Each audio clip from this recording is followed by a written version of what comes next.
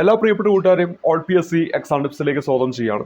ഇന്ന് ഈ ഒരു വീഡിയോ ക്ലാസ്സിൽ നമ്മൾ പരിചയപ്പെടുത്തുന്ന കോൺസ്റ്റിറ്റ്യൂഷനുമായി ബന്ധപ്പെട്ട് കുറച്ച് ചോദ്യങ്ങളാണ്. ഫൈനാൻസിംഗ് പ്രകാരം PSC നൽകിയിരിക്കുന്ന കുറച്ച് ഉത്തരങ്ങളുമാണ് നമ്മളിവിടെ ഒന്ന് പഠിക്കാനായിട്ട് പോകുന്നത്.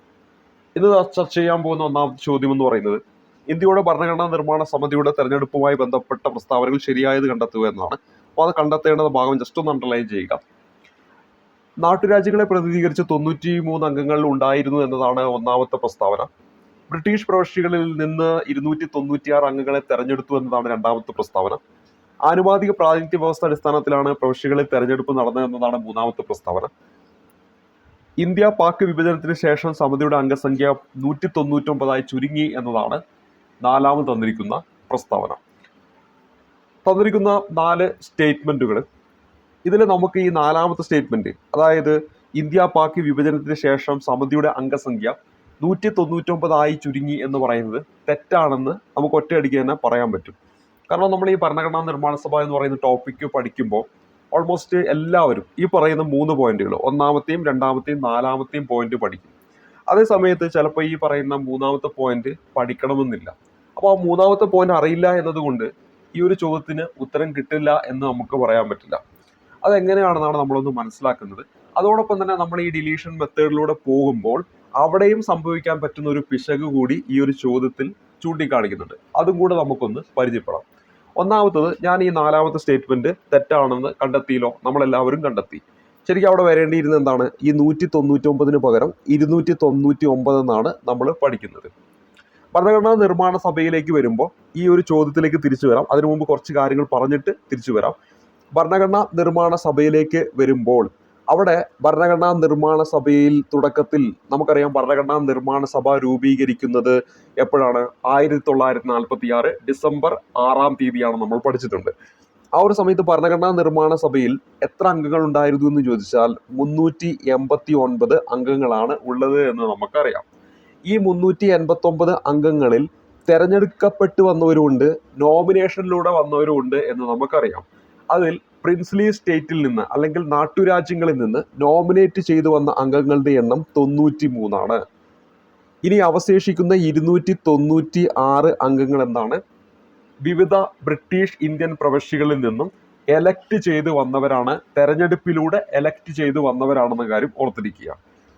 ഈ 296നെയും നമ്മൾ രണ്ടായിട്ട് സ്പ്ലിറ്റ് ചെയ്യുന്നുണ്ട്. ഇതിൽ 292 പേര് അന്നുണ്ടായിരുന്ന 11 ഗവർണർമാരുടെ പ്രവിശ്യകളിൽ നിന്നും എലക്ട് ചെയ്ത് വന്നവരാണെന്നും അവശേഷിക്കുന്ന 4 അംഗങ്ങൾ അന്നുണ്ടായിരുന്ന 4 ചീഫ് കമ്മീഷണർമാരുടെ പ്രവിശ്യകളിൽ നിന്നും എലക്ട് ചെയ്ത് വന്നവരാണെന്ന് നമ്മൾ പഠിക്കാറുണ്ട്. ആ 4 ചീഫ് കമ്മീഷണർമാരുടെ പ്രവിശ്യകളെ നമ്മൾ പഠിക്കാനായിട്ട് ഉപയോഗിക്കുന്ന ഒരു കോഡാണ് ABCD എന്ന് പറയുന്നത്. അപ്പോൾ ആ ഒരു സമയത്തുണ്ടായിരുന്ന 4 ചീഫ് കമ്മീഷണർമാരുടെ പ്രവിശ്യകൾ ഏതെല്ലാം എന്ന് ചോദിക്കാം. A എന്ന് പറയുന്നത് അജ്മീർ ആണ്, B എന്ന് പറയുന്നത് ബ്രിട്ടീഷ് ബലൂചിസ്ഥാൻ ആണ്, C എന്ന് പറയുന്നത് കൂർഗാണ്, D എന്ന് പറയുന്നത് ഡൽഹിയാണ്. അപ്പം അന്നുണ്ടായിരുന്ന ആ ചീഫ് കമ്മീഷണർമാരുടെ പ്രവിശ്യകളാണ് 4 ഉണ്ടായിരുന്നു. അതിലൊന്ന് A എന്ന് പറയുന്ന അജ്മീർ ആണ്, അതേപോലെ തന്നെ B എന്ന് പറയുന്നത് നമ്മുടെ ബ്രിട്ടീഷ് ബലൂചിസ്ഥാനാണ്, C എന്ന് പറയുന്നത് കൂർഗാണ്, D എന്ന് പറയുന്നത് ഡൽഹിനെയാണ് സൂചിപ്പിക്കുന്നത്. അപ്പൊ ഇവിടെ എത്ര പേരാണ് എലക്ട് ചെയ്ത് വന്നത്? 296. എത്ര പേരാണ് നോമിനേഷനിലൂടെ വന്നത്? നാട്ടുരാജ്യങ്ങളിൽ നിന്ന് 93 പേര്. അങ്ങനെ ടോട്ടൽ 389. എന്നാൽ വിഭജനത്തിന് ശേഷം കുറെ ആൾക്കാർ എങ്ങോട്ട് പോയി? പാകിസ്ഥാനിലേക്ക് പോയി. അപ്പൊ ഈ 389 എന്ന് പറയുന്നത് വിഭജനത്തിന് ശേഷം എത്രയായിട്ട് കുറഞ്ഞു? 299 കുറഞ്ഞു. ആ 299 എലക്ട് ചെയ്ത് വന്നവർ എത്ര പേരേ ഉള്ളൂ? 229 ഉള്ളൂ. അതേപോലെ തന്നെ നോമിനേഷനിലൂടെ വന്നിരിക്കുന്നത് അല്ലെങ്കിൽ നാട്ടുരാജ്യങ്ങളിൽ നിന്ന് എത്ര പേരാണ്? 70 പേരാണെന്ന കാര്യം ഓർത്തിരിക്കുക. പ്രിൻസ്ലി സ്റ്റേറ്റിൽ നിന്ന് നേരത്തെ 93 ആയിരുന്നു, അതിപ്പോൾ 70 കുറഞ്ഞു. അതുപോലെ തന്നെ എലക്ട് ചെയ്ത് വന്ന നമ്മുടെ വിവിധ ബ്രിട്ടീഷ് പ്രവിശ്യകളിൽ നിന്നൊക്കെ എലക്ട് ചെയ്ത് വന്നവരുടെ എണ്ണം എത്രയായിട്ട് കുറഞ്ഞു? 229 ചുരുങ്ങുകയും ചെയ്തു. അങ്ങനെ ടോട്ടൽ ഇപ്പോൾ എത്ര പേരേ ഉള്ളൂ? 299 ഉള്ളൂ എന്ന് നമ്മൾ പഠിക്കുന്നതാണ്. ഇവിടെ തന്നെ ഈ എലക്ട് ചെയ്ത് വന്നവരിൽ ഏറ്റവും കൂടുതൽ ആരായിരുന്നു? അവര് പാർട്ടി ഉണ്ടല്ലോ, പാർട്ടി ബേസിൽ പറയുകയാണെങ്കിൽ ഏറ്റവും കൂടുതൽ ആരായിരുന്നു എന്ന് ചോദിച്ചാൽ ഇന്ത്യൻ നാഷണൽ കോൺഗ്രസ് ആണ് നമ്മൾ പഠിച്ചിട്ടുണ്ട്. അതായത് ഈ 296 ഇന്ത്യൻ നാഷണൽ കോൺഗ്രസിന് 208 സീറ്റ് ലഭിക്കുന്നുണ്ട്. അതുപോലെ തന്നെ മുസ്ലിം ലീഗിന് 73 സീറ്റാണ് കിട്ടുന്നത്. ഇനി സ്വതന്ത്രരായിട്ട് മത്സരിച്ച 15 പേരുണ്ട്. അങ്ങനെയാണ് ഏതെന്ന് പറയുന്നത് ഈ 296 എന്ന് പറയുന്നത്. അപ്പൊ 296 ഏറ്റവും കൂടുതൽ സീറ്റ് INCക്ക്, അതേപോലെ തന്നെ 73 എന്ന് പറയുന്നത് മുസ്ലിം ലീഗിനാണ്. പിന്നെ മറ്റൊന്ന് 15 എന്ന് പറയുന്നത് ഏതിനാണ്? സ്വതന്ത്രരായിട്ട് വന്നവരാണെന്ന കാര്യം ഓർത്തിരിക്കുക. ഇനി അതുപോലെ തന്നെ നമ്മളിവിടെ പറഞ്ഞ ഈ ഒരു സ്റ്റേറ്റ്മെന്റിൽ ഇവിടെ മൂന്നാമത് കൊടുത്തിരിക്കുന്ന സ്റ്റേറ്റ്മെന്റ് എന്താണ്? ആനുപാതിക പ്രാതിനിധ്യ വ്യവസ്ഥാടിസ്ഥാനത്തിലാണ് പ്രൊഫഷണൽ തെരഞ്ഞെടുപ്പ് നടന്നതെന്നാണ്. അത് ശരിയായിട്ടുള്ള ഒരു സ്റ്റേറ്റ്മെന്റ് ആണ്. ആനുപാതിക പ്രാതിനിധ്യ വ്യവസ്ഥയിലെ ഏക കൈമാറ്റ വോട്ട് സമ്പ്രദായം അനുസരിച്ച്, സിംഗിൾ ട്രാൻസ്ഫറബിൾ വോട്ട് സിസ്റ്റം അനുസരിച്ച് പ്രവശ്യ നിയമനിർമ്മാണ സഭകളിലെ ഓരോ സമുദായത്തിലും പെട്ട അംഗങ്ങൾ അവരുടെ പ്രതിനിധികളെ തെരഞ്ഞെടുത്തു എന്നാണ് പറയുന്നത്. അപ്പോൾ അവിടെ ഓരോ സമുദായം എന്ന് പറഞ്ഞല്ലോ, അവിടെ ഒരു പോയിന്റ് ഓർത്തിരിക്കണം. നമ്മുടെ ഓരോ പ്രവിശ്യയിലെയും സീറ്റുകൾ, അതായത് ഈ ഭരണഘടനാ നിർമ്മാണ സഭയിലേക്കുള്ള സീറ്റുകൾ, ഓരോ പ്രവിശ്യയിലെയും സീറ്റുകൾ അവരുടെ ജനസംഖ്യ ആനുപാതികമായിട്ട് അവരുടേത് ഈ പറയുന്ന മുസ്ലിം, സിഖ്, പൊതുവിഭാഗം എന്നിങ്ങനെ 3 വിഭാഗമായിട്ട് എന്താണ് തരംതിരിച്ചിട്ടുണ്ടായിരുന്നു. 3 വിഭാഗങ്ങളായിട്ട്. അപ്പോൾ അവിടെ പ്രത്യേകം ശ്രദ്ധിക്കണം, എങ്ങനെയാണ് തരംതിരിച്ചത്? മുസ്ലിം, സിഖ്, ഹിന്ദു എന്നല്ല, മറിച്ച് എന്താണ്? പൊതുവിഭാഗം എന്നാണ് അവിടെ തരംതിരിച്ചത്. അങ്ങനെ ഇങ്ങനെ 3 മുഖ്യ വിഭാഗങ്ങളായിട്ട് എന്താണ് ഇവർക്ക് സീറ്റ് എന്ത് ചെയ്തു? ജനസംഖ്യയുടെ ആനുപാതികമായിട്ട് വീതിച്ചു കൊടുത്തു. അങ്ങനെ ഈ ഓരോ പ്രദേശത്തും ആനുപാതിക പ്രാതിനിധ്യ വ്യവസ്ഥയിലെ ഏക കൈമാറ്റ വോട്ട് സമ്പ്രദായം അനുസരിച്ച്, സിംഗിൾ ട്രാൻസ്ഫറബിൾ വോട്ട് സിസ്റ്റം അനുസരിച്ച് ഈ പ്രവശ്യ നിയമനിർമ്മാണ സഭയിലെ ഓരോ സമുദായത്തിലും പെട്ട അംഗങ്ങൾ എന്താണ് അവരുടെ പ്രതിനിധികളെ തിരഞ്ഞെടുത്തു എന്ന കാര്യം ഓർക്കുക. അപ്പോൾ അവിടെ എന്താണ് ഈ പറഞ്ഞിരിക്കുന്ന മൂന്നാമത്തെ സ്റ്റേറ്റ്മെന്റും എന്താണ്? ശരിയായിട്ടുള്ള സ്റ്റേറ്റ്മെന്റ് ആണെന്ന് നമുക്ക് മനസ്സിലാക്കിയെടുക്കാൻ പറ്റും. ഇനി ഒരു കാര്യം കൂടെ ഇവിടെ കൂട്ടിച്ചേർക്കാം. ഈ സമയത്ത്, അതായത് ആദ്യമായിട്ട് ഈ പറയുന്ന ഭരണഘടനാ നിർമ്മാണ സഭ രൂപീകരിക്കുമ്പോൾ അതിലുണ്ടായിരുന്ന വനിതകളുടെ എണ്ണമൊക്കെ PSC ചോദിക്കും. ഈ 389 17 വനിതകൾ ഉണ്ടായിരുന്നു. അതേപോലെ തന്നെ 299 ആയപ്പോൾ, അതായത് നമ്മുടെ സ്വാതന്ത്ര്യത്തിന് ശേഷം, വിഭജനത്തിന് ശേഷം എത്രയായിട്ട് അത് ചുരുങ്ങി? 15 ചുരുങ്ങിയിട്ടുമുണ്ട്. അപ്പൊ ഇവിടെ 15 എന്നതാണ് PSC ഈ അടുത്ത് നടന്ന പരീക്ഷയിൽ ചോദ്യമായിട്ട് വന്നപ്പോൾ അവിടെ ഓപ്ഷൻ തന്നത്. അപ്പോൾ അവിടെ എന്തില്ല? 17 എന്ന് പറയുന്ന ഓപ്ഷൻ അവിടെ കൊടുത്തിട്ടില്ല. അപ്പൊ നമ്മൾ കൃത്യമായിട്ട് അത് മനസ്സിലാക്കണം. PSC എന്താണ് ചോദിച്ചിരിക്കുന്നത് എന്ന് മനസ്സിലാക്കിയിട്ട് വേണം 15 ആണോ 17 ആണോ സെലക്ട് ചെയ്യേണ്ടതെന്ന് തീരുമാനിക്കേണ്ടത്. അപ്പൊ ഇപ്പോൾ ഏകദേശം ഒരു ഐഡിയ ഈ പറയുന്ന അംഗങ്ങളുമായി ബന്ധപ്പെട്ട് നിങ്ങൾക്ക് ലഭിച്ചിട്ടുണ്ടാകും എന്ന് വിചാരിക്കുന്നു. ഓൾറെഡി നിങ്ങൾ പഠിച്ച കാര്യങ്ങൾ തന്നെയായിരിക്കും. ഇനി നമ്മുടെ ചോദ്യത്തിലേക്ക് വരാം. അപ്പൊ ഈ ഒരു ചോദ്യത്തിലേക്ക് വരുമ്പോൾ നമ്മളിപ്പോൾ എന്താണ് നാലാമത്തെ സ്റ്റേറ്റ്മെന്റ് എന്ന് പറയുന്നത് എന്താണ്? തെറ്റാണെന്ന് മനസ്സിലാക്കുന്നു. അതായത് ഇവിടെ നോക്കുക, എല്ലാ പ്രസ്താവനകളും ശരിയാണ് എന്ന് പറയുന്ന ഓപ്ഷൻ ഇനി നമുക്ക് ഉപയോഗിക്കാൻ പറ്റുമോ? ഇല്ല. അത് എന്താണ് നമ്മൾ ഉത്തരത്തിലേക്ക് വരത്തില്ല. ഇനി അടുത്ത നോക്കുക, 1ഉം 4ഉം പ്രസ്താവനകൾ മാത്രം ശരിയാണ് എന്ന് പറയുമ്പോൾ അവിടെയും 4 വരുന്നുണ്ട്. അതുകൊണ്ട് അത് നമുക്ക് ഡിലീറ്റ് ആക്കാം. ഇങ്ങനെ ഒരു ഡിലീഷൻ മെത്തേഡിലൂടെ പോകുന്ന ഒരു ആള് പെട്ടെന്ന് ഈ പറയുന്ന ഇപ്പൊ ഈ ഒരു ചോദ്യത്തിൽ അങ്ങനെ വലിയ പ്രശ്നമൊന്നും വരുന്നില്ല, പക്ഷെ എപ്പോഴെങ്കിലും ഒരു പ്രശ്നം നിങ്ങളുടെ മുന്നിലേക്ക് കടന്നു വരും. എന്താന്ന് വെച്ചാൽ നോക്കുക, C എന്ന് പറയുന്ന ഓപ്ഷൻ നോക്ക്. നമ്മളിങ്ങനെ പെട്ടെന്നിങ്ങനെ വായിച്ചു പോവാണ്, പരീക്ഷകളിൽ ഇരിക്കണ സമയമാണ്. നോക്കുക, ഇത് ശരിയാണെന്ന് കൊടുത്തു, ഇത് ശരിയാണെന്ന് കൊടുത്തു. ആ ഒരു ധാരണയിൽ നിങ്ങൾ പോയിട്ട് വേണമെങ്കിൽ ഈ C എന്ന് പറയുന്ന ഓപ്ഷനും തെറ്റാണ് എന്നത് ചിന്തിക്കാതെ പെട്ടെന്ന് പോയിട്ട് എന്ത് കൊടുക്കാം? ശരിയാണെന്ന്. കാരണം പെട്ടെന്ന് നിങ്ങൾ അതൊക്കെ വായിക്കണമെന്ന് ഒരു പരീക്ഷകളിൽ പോകുമ്പോൾ ചിലപ്പോൾ സംഭവിക്കണമെന്നില്ല. അപ്പോൾ എന്താണ് 3ഉം 4ഉം പ്രസ്താവനകൾ തെറ്റാണെന്നാണ് PSC കൊടുത്തിരിക്കുന്നത്. അപ്പോൾ നമ്മൾ വിചാരിക്കും ഈ ഡിലീഷൻ ചെയ്യുമ്പോൾ 4 വരുന്ന എല്ലാം പോയിട്ട് പടപെടാന്ന് അങ്ങോട്ട് ഡിലീഷൻ ചെയ്ത് നേരെ പോയിട്ട് ഓപ്ഷൻ B പോയിട്ട് കറപ്പിക്കും. പക്ഷേ ഈ ഒരു ചോദ്യപ്രകാരം നമ്മൾ ഉത്തരം വരുന്നത് ഓപ്ഷൻ B തന്നെയാണ്. പക്ഷെ ഇവിടെ പ്രശ്നങ്ങളൊന്നും വരുന്നില്ല. പക്ഷെ അത് നിങ്ങളൊന്ന് ചെക്ക് ചെയ്യണം, അല്ലെങ്കിൽ അത് നിങ്ങളൊന്ന് കൃത്യമായിട്ട് വായിക്കണം. കാരണം 3ഉം 4ഉം പ്രസ്താവനകൾ തെറ്റാണെന്നാണ് കൊടുത്തിരിക്കുന്നത്. അപ്പൊ നമ്മളിപ്പോൾ ഡിലീറ്റ് ആക്കിക്കൊണ്ടിരിക്കുന്നത് എന്താണ്? 4 വരുന്ന ഓപ്ഷൻ എല്ലാം ഡിലീറ്റ് ആക്കുക. എങ്ങനെയാണ് ഡിലീറ്റ് ആക്കുന്നത്? 4 തെറ്റാണ് എന്ന നിഗമനത്തിലൂടെയാണ് നമ്മളിപ്പോൾ ഡിലീറ്റ് ആക്കിക്കൊണ്ടിരിക്കുന്നത്, അല്ലേ? അങ്ങനെ ആകുമ്പോൾ ഇവിടെ തെറ്റാണെന്നാണ് കൊടുത്തിരിക്കുന്നത്. അപ്പോൾ എന്താണ് അത് ഡിലീറ്റ് ആക്കാൻ പറ്റുമോ? ഇല്ല. കാരണം ഓൾറെഡി നമ്മൾ കണ്ടുപിടിച്ചു 4 തെറ്റാണെന്ന്. അപ്പോൾ ഈ 3 തെറ്റാണെന്ന് നമുക്ക് ഉറപ്പുവരുത്തേണ്ടതായിട്ടുണ്ട്. അപ്പോൾ ആ കാര്യം കൂടി ചെക്ക് ചെയ്യണം ഇത്തരത്തിലുള്ള ഡിലീഷൻ മെത്തേഡിലൂടെ പോകുമ്പോൾ. നിലവിൽ ഈ ഒരു ചോദ്യപ്രകാരം നമ്മുടെ ഉത്തരം എന്ന് പറയുന്നത് ഏതാണ്? 1, 2, 3 പ്രസ്താവനകൾ മാത്രം ശരിയാണ് എന്നതാണ് ഉത്തരം. ഈ ഒരു ചോദ്യത്തിൽ നിങ്ങളിപ്പോൾ 4 തെറ്റാണ് എന്ന നിഗമനത്തിലൂടെ പോയി ഈ തെറ്റ് എന്ന് പറയുന്നത് കണ്ടില്ലെങ്കിൽ പോലും നിങ്ങൾ ഓപ്ഷൻ ബിയിലേക്ക് പോകും. പക്ഷെ നാളെ PSC മറ്റൊരു ചോദ്യം ചോദിക്കുമ്പോൾ ഈ ഒരു രീതിയിൽ എന്ത് ചെയ്യാം?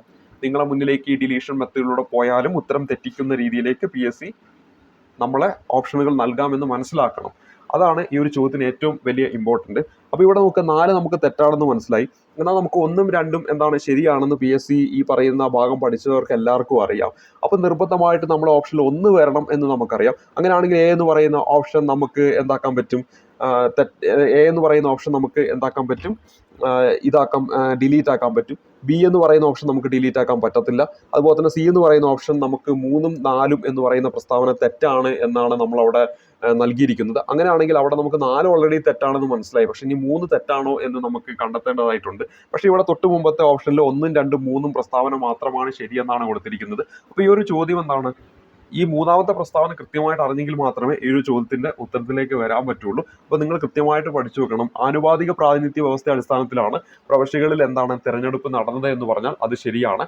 എന്നാൽ നമ്മളുടെ പരീക്ഷയ്ക്ക് ചോദിക്കുന്നതാണ് പ്രായപൂർത്തി വോട്ടവകാശത്തിന്റെ അടിസ്ഥാനത്തിലാണോ ഭരണഘടനാ നിർമ്മാണ സഭയിലേക്ക് തെരഞ്ഞെടുപ്പ് നടന്നതെന്ന് ചോദിച്ചാൽ അത് തെറ്റാണ്. കാരണം നമ്മൾ ഇന്ന് നമ്മുടെ രാജ്യത്ത് കഴിഞ്ഞവർക്കൊക്കെ എന്താണ് ഇലക്ഷൻ വോട്ട് ചെയ്യാനുള്ള അവകാശമുണ്ട്. എന്നാൽ അന്ന് ഈ ഭരണഘടനാ നിർമ്മാണ സഭയിലേക്ക് വരുമ്പോൾ എന്താണ് അങ്ങനെ അല്ലായിരുന്നു എന്ന കാര്യം ഓർത്തിരിക്കുക. അപ്പോൾ ഇവിടെ നോക്കുക, ഇവിടെ തന്നിരിക്കുന്നതിൽ 1ഉം 2ഉം 3ഉം ശരിയാണ്.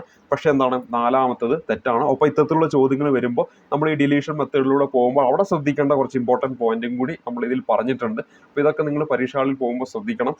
കാരണം ആ ഒരു സമയത്ത് നമ്മൾ ചിലപ്പോൾ വേണമെങ്കിൽ എന്ത് ചെയ്യാം, ഈ തന്നിരിക്കുന്ന ചോദ്യമൊക്കെ കൃത്യമായിട്ട് എല്ലാ കാര്യങ്ങളും വായിക്കാതെ പോയിട്ട് ചിലപ്പോൾ ഉത്തരം ചെയ്യാം. ഉത്തരം ചെയ്തതിന് ശേഷമായിരിക്കും നമുക്ക് പറ്റുന്ന അബദ്ധങ്ങൾ നമ്മൾ ചിന്തിക്കുക. പക്ഷെ അപ്പോഴത്തേക്കും നമ്മൾ OMR ഷീറ്റിൽ എന്ത് ചെയ്തിട്ടുണ്ടാവും, കറപ്പിച്ചിട്ടുണ്ടാവും. അപ്പോൾ ഒരു അറിയുന്ന ഒരു ചോദ്യം ഒരിക്കലും എന്ത് ചെയ്യാൻ പാടില്ല, തെറ്റിക്കാൻ പാടില്ല. അത് പിന്നീട് നമ്മൾ ഈ റാങ്ക് ലിസ്റ്റ് ഒക്കെ വരുന്ന സമയത്തായിരിക്കും ചിലപ്പോൾ 1ഓ 2ഓ മാർക്കിനൊക്കെ ആയിരിക്കും നമ്മുടെ റാങ്ക് താഴോട്ട് പോകുന്നത്. ആ സമയത്തായിരിക്കും നമ്മൾ അതിൻ്റെ വിഷമം നമ്മുടെ മനസ്സിലുണ്ടാവും. അത് ഒരിക്കലും പിന്നെ ജീവിതത്തിൽ വിട്ടുമാറില്ല. കാരണം ആ ഒരു മാർക്ക് കൊണ്ടായിരിക്കും നമ്മുടെ ജീവിതം മാറ്റിമറിക്കുന്നത്. അതുകൊണ്ട് കൃത്യമായിട്ട് ഈ മോഡൽ ക്വസ്റ്റ്യൻസ് ഒക്കെ, അതായത് പ്രീവിയസ് ക്വസ്റ്റ്യൻസ് ഒക്കെ ചെയ്യുമ്പോൾ നമ്മൾ കൃത്യമായിട്ട് എന്ത് ചെയ്യണം, ഓരോ കാര്യങ്ങളും മനസ്സിലാക്കിയിട്ട് വേണം നമ്മൾ ചെയ്യാനായിട്ട്. അപ്പോൾ നിങ്ങൾ പരീക്ഷകളിൽ പോകുമ്പോൾ നിങ്ങൾ ഇവിടെ ചെയ്ത് ശീലിച്ച കാര്യങ്ങൾ തന്നെയായിരിക്കും അവിടെ എന്ത് ചെയ്യുക, ഫോളോ ചെയ്യുക. അത് നിങ്ങളുടെ നിത്യജീവിതത്തിൽ ഈ പരീക്ഷയുമായി ബന്ധപ്പെട്ട് നിങ്ങളത് നിങ്ങളുടെ മൈൻഡിനുള്ളിൽ അത് എന്താണ് കൂട്ടിച്ചേർത്തിട്ടുണ്ടാവും. അപ്പോൾ ആ ഒരു രീതി തന്നെ ആയിരിക്കും പിന്നെ പരീക്ഷകളിൽ പോകുമ്പോഴും നിങ്ങൾ എന്ത് ചെയ്യുക, ഈ പറയുന്ന ക്വസ്റ്റ്യൻസ് ഒക്കെ കാണുക. അതാണ് ഈ പറയുന്ന പ്രീവിയസ് ക്വസ്റ്റ്യൻസ് ചെയ്യുന്നതിൻ്റെ മറ്റൊരു ഗുണം എന്ന് പറയുന്നത്. മനസ്സിലായെന്ന് വിചാരിക്കുന്നു. അപ്പോൾ ഇവിടെ ഈ ഒരു ചോദ്യത്തിൻ്റെ ഉത്തരം നമ്മൾ പരിചയപ്പെടുത്തി. ഓപ്ഷൻ B ആണ് ഉത്തരമായിട്ട് വരിക. ഈ ഒരു ചോദ്യമൊക്കെ വളരെ നല്ലൊരു ചോദ്യമാണ്. അപ്പോൾ ഇതൊക്കെ ഒന്ന് ജസ്റ്റ് ഒന്ന് നോട്ടിൽ നിങ്ങൾ എഴുതി വെച്ചിട്ടുണ്ടെങ്കിൽ അല്ലെങ്കിൽ ഒന്ന് സ്ക്രീൻഷോട്ട് വെച്ച് എടുത്തു വെച്ചിട്ട് ഒന്ന് സേവ് ചെയ്ത് വെച്ചാൽ നല്ലതായിരിക്കും. പിന്നീട് എടുത്ത് നോക്കാനൊക്കെ നല്ലതായിരിക്കും. ഇനി അടുത്തതായിട്ട് നമ്മളിവിടെ പരിചയപ്പെടുന്നത് കേരള സാഹിത്യ അക്കാദമിയുമായി ബന്ധപ്പെട്ട ഒരു ചോദ്യം ഇതിൻ്റെ ഇടയിലൂടെ തന്നിട്ടുണ്ട്. അതും കൂടി ഒന്ന് പരിചയപ്പെട്ടു പോകാം. തന്നിരിക്കുന്ന ചോദ്യം ഇതാണ്: കേരള സാഹിത്യ അക്കാദമിയുടെ ഇപ്പോഴത്തെ അധ്യക്ഷൻ അല്ലെങ്കിൽ അധ്യക്ഷ ആരാണ് എന്നതാണ് നമ്മുടെ ചോദ്യമായിട്ട് തന്നിരിക്കുന്നത്. അപ്പോൾ ഇവിടെ നമ്മുടെ ഉത്തരം എന്ന് പറയുന്നത് നിലവിൽ ഓപ്ഷൻ D ആണ്. ശ്രീ സച്ചിദാനന്ദൻ എന്നതാണ് ഈ ഒരു ചോദ്യത്തിന്റെ ഉത്തരമായിട്ട് വരേണ്ടത്. അപ്പോൾ കേരള സാഹിത്യ അക്കാദമിയുടെ ഇപ്പോഴത്തെ അധ്യക്ഷൻ ആരെന്ന് വെച്ചാൽ ഉത്തരമായിട്ട് വരേണ്ടത് ശ്രീ സച്ചിദാനന്ദൻ ആണെന്ന കാര്യം ഓർക്കുക. ഇനി കേരള സാഹിത്യ അക്കാദമിയുമായി ബന്ധപ്പെട്ട് PSC പരീക്ഷയിലൊക്കെ എപ്പോഴും ചോദിക്കാറുള്ള ഒരു വർഷം ഏതാണ്? 1956 നമ്മുടെ കേരള സംസ്ഥാനം രൂപീകരിച്ച വർഷമാണ് 1956. അപ്പോൾ കേരള സാഹിത്യ അക്കാദമി നമ്മുടെ കേരള സംസ്ഥാനം രൂപീകരിച്ച വർഷം 1956 അത് നിലവിൽ വരുന്നതെന്ന കാര്യം ഓർത്തിരിക്കുക. കൃത്യമായിട്ട് പറയുകയാണെങ്കിൽ ഇത് സ്ഥാപിക്കപ്പെടുന്നത് 1956 ഓഗസ്റ്റ് 15 എന്നാൽ ഇത് ഉദ്ഘാടനം ചെയ്യുന്നത് എന്നാന്ന് വെച്ചാൽ അത് ഓഗസ്റ്റ് 15 മറിച്ച് ഒക്ടോബർ മാസം 15 1956 ഓഗസ്റ്റ് 15 ഇത് സ്ഥാപിച്ചു. എന്നാൽ ഉദ്ഘാടനം ചെയ്യുന്നത് ഒക്ടോബർ 15 അത് ഉദ്ഘാടനം ചെയ്ത് അറിഞ്ഞു വെച്ചാൽ ഉത്തരമായിട്ട് വരേണ്ടത് ചിത്തിര തിരുനാൾ ബാലരാമവർമ്മയാണെന്ന കാര്യം ഓർക്കാം. അപ്പോൾ ഉദ്ഘാടനം ചെയ്തത് ആരാണെന്ന് ചോദിച്ചാൽ അവിടെ ഉത്തരമായിട്ട് വരേണ്ടത് ഈ പറയുന്ന വ്യക്തിയാണ്, ചിത്തിര തിരുനാൾ ബാലരാമവർമ്മയാണെന്ന കാര്യം ഓർത്തിരിക്കുക. അപ്പോൾ ചിത്തിര തിരുനാൾ ബാലരാമവർമ്മയാണ് ഇത് ഉദ്ഘാടനം ചെയ്യുന്നത് എന്ന കാര്യം ഓർത്തിരിക്കണം. അപ്പോൾ ചിത്തിര തിരുനാൾ ബാലരാമവർമ്മയാണ് കേരള സാഹിത്യ അക്കാദമി ഉദ്ഘാടനം ചെയ്തത്. ഇതിന്റെ ആസ്ഥാനം എവിടെയാണ് സ്ഥിതി ചെയ്യുന്നത്? തൃശ്ശൂരാണ് ഇതിന്റെ ആസ്ഥാനം സ്ഥിതി ചെയ്യുന്നത് നമ്മൾ പഠിച്ചു. അപ്പോൾ തൃശ്ശൂരാണ് കേരള സാഹിത്യ അക്കാദമിയുടെ ആസ്ഥാനം സ്ഥിതി ചെയ്യുന്നത്. ഇനി കേരള PSC പരീക്ഷയിൽ കേരള സാഹിത്യ അക്കാദമിയുമായി ബന്ധപ്പെട്ട് ചോദിക്കാനുള്ളതാണ്. കേരള സാഹിത്യ അക്കാദമിയുടെ ആദ്യ പ്രസിഡന്റ് ആരെന്ന് ചോദിച്ചാൽ ഉത്തരമായിട്ട് വരുന്ന സർദാർ KM പണിക്കർ ആണെന്ന കാര്യം ഓർത്തിരിക്കുക. സർദാർ KM പണിക്കർ എന്നാണ് ഇവിടെ നമ്മുടെ ഉത്തരമായിട്ട് വരേണ്ടത്. ഇനി ഇവരുടെ കുറച്ച് പ്രസിദ്ധീകരണങ്ങളുണ്ട്. അത് PSC പരീക്ഷയിലൊക്കെ എപ്പോഴും റിപ്പീറ്റ് ആയിട്ട് ചോദിക്കുന്ന കുറച്ച് പ്രസിദ്ധീകരണങ്ങളാണ്. അതിൽ ഒന്നാമത്തതാണ് സാഹിത്യ ചക്രവാളം. അപ്പോൾ ഇവിടെ നമ്മൾ പരിചയപ്പെടുന്ന പ്രസിദ്ധീകരണത്തിന്റെ പേരെന്താണ്? സാഹിത്യ ചക്രവാളം എന്നതാണ്. ഈ സാഹിത്യ ചക്രവാളം എന്ന് പറയുന്നത് ഒരു മാസികയാണ്. ഇത് ആരുമായി ബന്ധപ്പെട്ടിരിക്കുന്നു അല്ലെങ്കിൽ ഏത് സ്ഥാപനവുമായി ബന്ധപ്പെട്ടിരിക്കുന്നു എന്ന് ചോദിച്ചാൽ ഉത്തരമായിട്ട് വരേണ്ടത് കേരള സാഹിത്യ അക്കാദമിയുടെ മാസികയാണ് സാഹിത്യ ചക്രവാളം. ഇതോടൊപ്പം തന്നെ അറിഞ്ഞിരിക്കേണ്ട മറ്റൊരു പേരാണ് സാഹിത്യ ലോകം എന്ന് പറയുന്നത്. അപ്പോൾ ഇവിടെ ഓർത്തിരിക്കുക, സാഹിത്യ ലോകം എന്ന് പറയുന്നത് ഏത് സ്ഥാപനത്തിന്റെ പ്രസിദ്ധീകരണമാണ് എന്ന് വേണമെങ്കിൽ ചോദിക്കാം. അവിടെ ഉത്തരമായിട്ട് വരേണ്ടത് കേരള സാഹിത്യ അക്കാദമിയുടെ ദ്വൈമാസികയാണെന്ന കാര്യം ഓർത്തിരിക്കുക. അപ്പോൾ ഇവിടെ നമ്മൾ പരിചയപ്പെട്ട ഈ ഒരു സാഹിത്യ ലോകം എന്ന് പറയുന്നത് എന്താണ്? ദ്വൈമാസികയാണെന്ന കാര്യം ഓർത്തിരിക്കുക. ഇനി മൂന്നാമതായിട്ട് നമ്മളിവിടെ പരിചയപ്പെടുന്ന പരീക്ഷയിലൊക്കെ എപ്പോഴും ചോദിക്കാറുണ്ട് മലയാളം ലിറ്റററി സർവേ. അപ്പോൾ ഇവിടെ നമ്മൾ പരിചയപ്പെടുന്നത് എന്താണ്? Malayalam literary survey. Malayalam literary survey. ആ ഒരു പേര് കേൾക്കുമ്പോൾ തന്നെ നമുക്ക് മനസ്സിലാക്കാം ഇതൊരു ഇംഗ്ലീഷുമായി ബന്ധപ്പെട്ടിട്ടുള്ള ഒരു ത്രൈമാസികയാണ്. അപ്പോൾ ഇത് കേരള സാഹിത്യ അക്കാദമിയുടെ ഇംഗ്ലീഷ് ത്രൈമാസികയാണ് മലയാളം ലിറ്റററി സർവേ എന്ന് പറയുന്നത്. അപ്പോൾ ഇവിടെ സാഹിത്യ ചക്രവാളം കേരള സാഹിത്യ അക്കാദമിയുടെ ഒരു മാസികയാണ്. അതേപോലെ തന്നെ സാഹിത്യ ലോകം ദ്വൈമാസികയാണ്. അതേപോലെ തന്നെ ഇംഗ്ലീഷ് ത്രൈമാസികയാണ് മലയാളം ലിറ്റററി സർവേ എന്ന് പറയുന്നത്. ഇതൊക്കെ എന്തുമായി ബന്ധപ്പെട്ടിരിക്കുന്നു? കേരള സാഹിത്യ അക്കാദമിയുമായിട്ട് ബന്ധപ്പെട്ടിരിക്കുന്നു എന്ന കാര്യം ഓർത്തിരിക്കുക. ഇനി നമ്മുടെ അടുത്ത ചോദ്യത്തിലേക്ക് വരാം. രാജ്യത്ത് ഒരേ തരത്തിലുള്ള നഗരപാലിക സംവിധാനങ്ങൾ നടപ്പിൽ വരുത്തിയ ഭരണഘടനാ ഭേദഗതി തിരഞ്ഞെടുക്കുക എന്നതാണ് എത്രയോ തവണ കേരള PSC പരീക്ഷയിൽ ചോദിച്ചുകൊണ്ടിരിക്കുന്ന ഒരു ചോദ്യമാണ്. ഭരണഘടന എന്ന് പറയുന്ന ഭാഗത്ത്, ഭേദഗതി എന്ന് പറയുന്ന ഭാഗത്ത് നൽകിയിരിക്കുന്ന കുറച്ച് ഭേദഗതികളുണ്ട്. അപ്പോൾ ആ ഭേദഗതികളുമായി ബന്ധപ്പെട്ട കാര്യങ്ങൾ നല്ല രീതിയിൽ പഠിക്കുക. ഒപ്പം പുതുതായിട്ട് വന്നിരിക്കുന്ന ഭേദഗതികളും അതിനോടൊപ്പം തന്നെ കൂട്ടിച്ചേർത്ത് പഠിക്കുക. അപ്പോൾ ഇവിടെ തന്നിരിക്കുന്നത് നമ്മുടെ കൃത്യമായ സിലബസിൽ പറഞ്ഞിരിക്കുന്ന ഒരു ഭേദഗതിയുമായി ബന്ധപ്പെട്ട ഒരു ചോദ്യമാണ്. ഈ ചോദ്യത്തിന്റെ ഉത്തരം എന്ന് പറയുന്നത് രാജ്യത്ത് ഒരേ തരത്തിലുള്ള നഗരപാലിക സംവിധാനങ്ങൾ നടപ്പിൽ വരുത്തിയ ഭരണഘടനാ ഭേദഗതി തിരഞ്ഞെടുക്കുക എന്നാണ് പറഞ്ഞത്. ഇവിടെ നമ്മൾ ഉത്തരം എന്താണ്? ഓപ്ഷൻ ഡി ആണ് ഉത്തരമായിട്ട് വരിക. 74-ാം ഭേദഗതിയാണെന്ന കാര്യം ഓർത്തിരിക്കുക. അപ്പോൾ 74-ാമത്തെ ഭേദഗതി നമ്മുടെ രാജ്യത്ത് നടപ്പിലാക്കിയതിലൂടെ മുനിസിപ്പാലിറ്റി സംവിധാനങ്ങൾക്ക്, അതായത് നഗര തദ്ദേശ സ്വയംഭരണ സ്ഥാപനങ്ങൾക്ക് ഭരണഘടനാപരമായ അംഗീകാരം ലഭിക്കാൻ കാരണമായ ഭേദഗതിയാണ് നമ്മളിവിടെ പരിചയപ്പെടുത്തിയ 74-ാം ഭേദഗതി എന്ന കാര്യം ഓർക്കുക. അവിടെ പരീക്ഷകളിൽ ചോദിക്കാവുന്ന കുറച്ച് പോയിന്റുകൾ കൂടി ഇതിനോടൊപ്പം ഒന്ന് ആഡ് ചെയ്യാം. ഈ ഒരു സമയത്ത് 74-ാമത്തെ ഭേദഗതി നമ്മുടെ പാർലമെന്റിലൊക്കെ പാസ്സാക്കപ്പെടുന്ന സമയത്ത് നമ്മുടെ രാജ്യത്തിന്റെ പ്രധാനമന്ത്രി ആരെന്ന് ചോദിച്ചാൽ ഉത്തരമായിട്ട് വരേണ്ടത് PV നരസിംഹ റാവു ആണെന്ന കാര്യം ഓർത്തിരിക്കുക. PV നരസിംഹ റാവു ആണെന്ന കാര്യം ഓർത്തിരിക്കുക.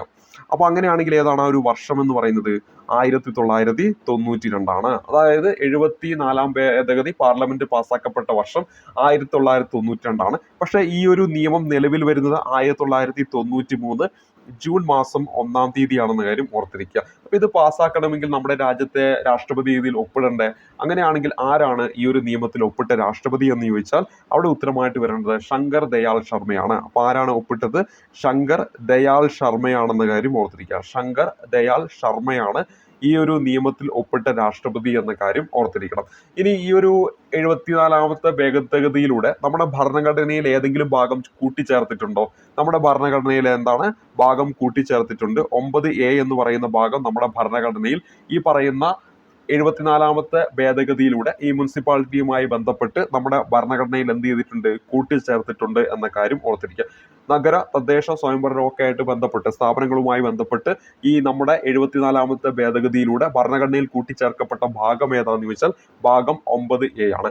ഈ ഭാഗം 9A ഏതെല്ലാം അനുച്ഛേദങ്ങളാണ് ഉൾപ്പെടുന്നത്? നമ്മളിവിടെ പരിചയപ്പെട്ട ഈ ഒരു നഗര ഈ പറയുന്ന മുനിസിപ്പാലിറ്റിയുമായി ബന്ധപ്പെട്ട് അല്ലെങ്കിൽ നഗര തദ്ദേശ സ്വയംഭരണമൊക്കെ ആയിട്ട് ബന്ധപ്പെട്ട് ഏതെല്ലാം ആർട്ടിക്കിളുകളാണ് ഉൾപ്പെടുന്നത് എന്ന് ചോദിച്ചാൽ അവിടെ ഓർത്തിരിക്കേണ്ടത് 243P മുതൽ 243P മുതൽ എന്താണ് 243P ZG വരെയാണ്. ZG വരെ. അപ്പോൾ ഇവിടെ 243P മുതൽ 243ZG വരെ മൊത്തം ഒരു 18ഓളം അനുച്ഛേദങ്ങൾ എന്താണ് ഈ പറയുന്ന ഭാഗം 9A ഈ പറയുന്ന നമ്മുടെ 74-ാം ഭേദഗതിയിലൂടെ മുനിസിപ്പാലിറ്റി സംവിധാനങ്ങളുമായി ബന്ധപ്പെട്ട് അതിനൊരു ഭരണഘടനാ പദവിയൊക്കെ നൽകുന്നതുമായി ബന്ധപ്പെട്ട് ഉൾപ്പെടുത്തിയിരിക്കുന്ന ആർട്ടിക്കിളാണെന്ന കാര്യം ഓർത്തിരിക്കുക. ഇനി ഈ പറയുന്ന 74-ാമത്തെ ഭേദഗതിയിൽ ഒരു ആർട്ടിക്കിൾ ഉണ്ട്. ഇപ്പൊ 243P മുതൽ 243ZG ആണ്. അപ്പൊ ഈ 74-ാമത്തെ ഭേദഗതിയിലൂടെ കൂട്ടിച്ചേർക്കപ്പെട്ട ഈ ഒരു ഭാഗം, ആ ഭാഗത്തിൽ ഇതിനിടയിൽ വരുന്ന ഒരു ആർട്ടിക്കിളാണ് 243W എന്ന് പറയുന്ന ആർട്ടിക്കിൾ. ഇത് വളരെ ഇമ്പോർട്ടൻ്റ് ആണ്. ഇത് എന്താണെന്ന് വെച്ചാൽ മുനിസിപ്പാലിറ്റികളുടെ അധികാരങ്ങളും ഉത്തരവാദിത്തങ്ങളൊക്കെ പറയുന്നത് ഈ 243W എന്ന് പറയുന്ന ആർട്ടിക്കിളിലാണ്. മുനിസിപ്പാലിറ്റികളുടെ അധികാരങ്ങളും ഉത്തരവാദിത്തങ്ങളും ഒക്കെ പറയുന്നത്. ഇവിടെ ഈ ഒരു ആർട്ടിക്കിൾ എന്തുകൊണ്ട് എടുത്തു പറഞ്ഞു എന്ന് പറഞ്ഞാൽ നമ്മുടെ ഭരണഘടനയിൽ ഈ 74-ാം ഭേദഗതിയിലൂടെ 12-ാമത്തെ പട്ടിക കൂട്ടിച്ചേർക്കുന്നുണ്ട്. നമ്മുടെ ഭരണഘടനയിൽ 74-ാമത്തെ ഭേദഗതിയിലൂടെ 12-ാമത്തെ പട്ടിക കൂട്ടിച്ചേർക്കുന്നുണ്ട്. അപ്പൊ ടോട്ടൽ എത്ര പട്ടിക നമ്മുടെ ഭരണഘടനയിലുണ്ട്? ഷെഡ്യൂൾസ് ഉണ്ട്, 12 ആണുള്ളത്. തുടക്കത്തിൽ നമ്മൾ പറഞ്ഞു 1950 ജനുവരി 26-ൽ 8 എണ്ണമാണുള്ളത്. ഇപ്പോൾ അത് 12 ആണെന്ന് പറഞ്ഞു. ആ 12ാമത്തെ പട്ടിക കൂട്ടിച്ചേർക്കുന്നത് 74ാമത്തെ ഭേദഗതിയിലൂടെയാണ്. ആ 74ാമത്തെ ഭേദഗതിയിൽ കൂട്ടിച്ചേർക്കപ്പെട്ട 12ാമത്തെ പട്ടിക എന്ന് പറയുന്നത് നമ്മൾ ഇവിടെ പരിചയപ്പെട്ട 243W എന്ന് പറയുന്ന ഈ മുനിസിപ്പാലിറ്റിയുമായി ബന്ധപ്പെട്ട ആർട്ടിക്കിൾ, അതെന്താണ്? മുനിസിപ്പാലിറ്റികളുടെ അധികാരങ്ങളും ഉത്തരവാദിത്തങ്ങളുമാണ് അതിൽ പറയുന്നത്. ഈ ആർട്ടിക്കിളിന്റെ ഈ തന്നിരിക്കുന്ന 243W എന്ന് പറയുന്ന ആർട്ടിക്കിളിന്റെ വിവരണാത്മകമായ രൂപമാണ് ഏതെന്ന് പറയുന്നത്? ഈ 12ാമത്തെ പട്ടിക എന്ന് പറയുന്നത്. ഇത് വളരെ ഇമ്പോർട്ടൻ്റ് ആണ്, പ്രീവിയസ് ആയിട്ട് ചോദിച്ചതാണ്. അപ്പൊ 243W എന്ന ആർട്ടിക്കിളിന്റെ, മുനിസിപ്പാലിറ്റികളുടെ അധികാരങ്ങളും ഉത്തരവാദിത്തങ്ങളും പറയുന്ന ആർട്ടിക്കിളിന്റെ വിവരണാത്മകമായ രൂപമാണ് ഏത് എന്ന് പറയുന്നത്? നമ്മുടെ 12ാമത്തെ പട്ടിക എന്ന കാര്യം ഓർത്തിരിക്കുക. ആ ഒരു രീതിയിലാണ് 243W എന്ന് പറയുന്ന ആർട്ടിക്കിൾ നമ്മളൊരു PSC പരീക്ഷയെ സംബന്ധിച്ചിടത്തോളം കാണേണ്ടത്. വളരെ ഇമ്പോർട്ടൻ്റ് ആയിട്ടുള്ള ഒരു ആർട്ടിക്കിളാണ്. ഇനി 12ാമത്തെ പട്ടികയിൽ അപ്പോൾ എത്ര വിഷയങ്ങളെ കുറിച്ചാണ് പറയുന്നതെന്ന് ചോദിക്കാം. എത്ര വിഷയങ്ങളാണ് ഉൾപ്പെടുന്നത് എന്ന് ചോദിച്ചാൽ അവിടെ 18 വിഷയങ്ങളാണ് ഉൾപ്പെടുന്നത് എന്ന കാര്യം ഓർത്തിരിക്കുക. ഇപ്പൊ നമ്മളിവിടെ 1992 വർഷം 74ാമത്തെ ഭേദഗതി പാർലമെന്റിൽ പാസ്സാക്കി. 1993 ജൂൺ 1-ന് 74ാം ഭേദഗതി നിലവിൽ വന്നു. അതിനോടൊപ്പം തന്നെ പഠിക്കേണ്ടതാണ് 1994 മെയ് മാസം 30-ാം തീയതിയാണ് എന്ത് വരുന്നത്? നമ്മുടെ കേരള മുനിസിപ്പാലിറ്റി ആക്ട് നിലവിൽ വരുന്നത്. കേരള മുനിസിപ്പാലിറ്റി ആക്ട് നിലവിൽ വരുന്നത് അതായത് 1993 ജൂൺ 1, അപ്പുറത്ത് 1994 ജൂൺ 1 ആവുന്നതിന് തൊട്ട് മുമ്പായിട്ട് മെയ് 30-ന് എന്താണ്? കേരള മുനിസിപ്പാലിറ്റി ആക്ട് നിലവിൽ വന്നു എന്ന കാര്യം ഓർത്തിരിക്കുക. അപ്പോൾ സ്കൂൾ തുറക്കുന്ന ദിവസം നമ്മുടെ എന്ത് പാസ്സാക്കിപ്പെട്ടിട്ടുണ്ട്? 74ാമത്തെ ഭേദഗതി പാസ്സാക്കിയിട്ടുണ്ട് 1993-ൽ. നമ്മൾ ഈ മുനിസിപ്പാലിറ്റി എന്ന് എഴുതുമ്പോൾ M വെച്ചിട്ടല്ലേ നമ്മൾ എഴുതുക. അപ്പോൾ അതിനെ ഒന്ന് തിരിച്ചിട്ടുണ്ടെങ്കിൽ നമുക്ക് 3 എന്ന് നമുക്ക് ഓർത്തിരിക്കാൻ പറ്റും. അപ്പം നമ്മൾ 92-ൽ ഈ ഒരു നിയമം പാർലമെന്റ് പാസ്സാക്കി. പിന്നെ അത് നിലവിൽ വരുന്നത് 1993 സ്കൂൾ തുറക്കുന്ന ദിവസം ജൂൺ 1-നല്ല തുറക്കുക. അതേ സമയത്ത് ഒരു വർഷത്തിനപ്പുറം, അതായത് 1994 മെയ് 30 തൊട്ട് മുമ്പത്തെ കേരള മുനിസിപ്പാലിറ്റി ആക്ടും നിലവിൽ വന്നു എന്ന കാര്യം ഓർക്കും. അപ്പൊ കേരള മുനിസിപ്പാലിറ്റി ആക്ട് 94-ലാണ്.